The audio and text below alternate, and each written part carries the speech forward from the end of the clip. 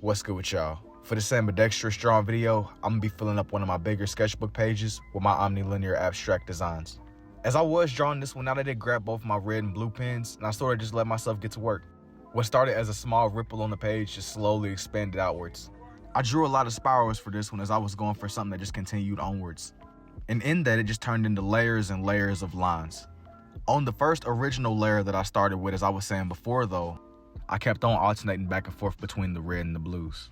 I think these are definitely a change of pace because in a way, these are theme drawings too. It's not in the same sense of me doing like an animal or filling a page with animals, but it's very much still based around my Omnilinear designs.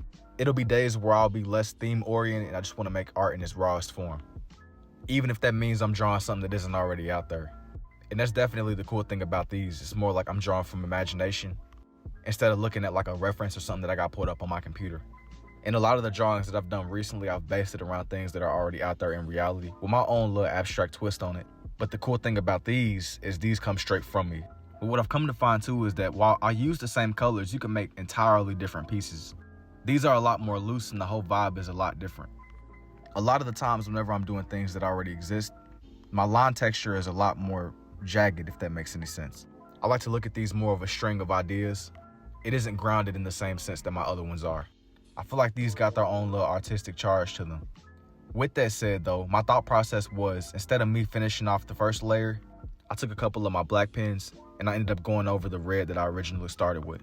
I went ahead and I filled in majority of the red spaces that was on the paper. It gave it this like layered look, and it was a mixture between the red and the black that I was messing with. I definitely didn't want this one to feel like it was bare bones, and I wanted there to be some depth to it. Once I got to the small corner, I did have a change of thought, and what I was going to do now was I was going to overlay the blue sections that I made with red.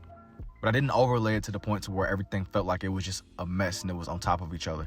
There was definitely still distinction between each section that I drew out. I slowly broke up each section on the page and I just overtraced the blues. But as I was saying before, I really prioritized making sure you can still see my patterns. I made this one with my Omnilinear style in mind, but I didn't want you to get lost in the designs.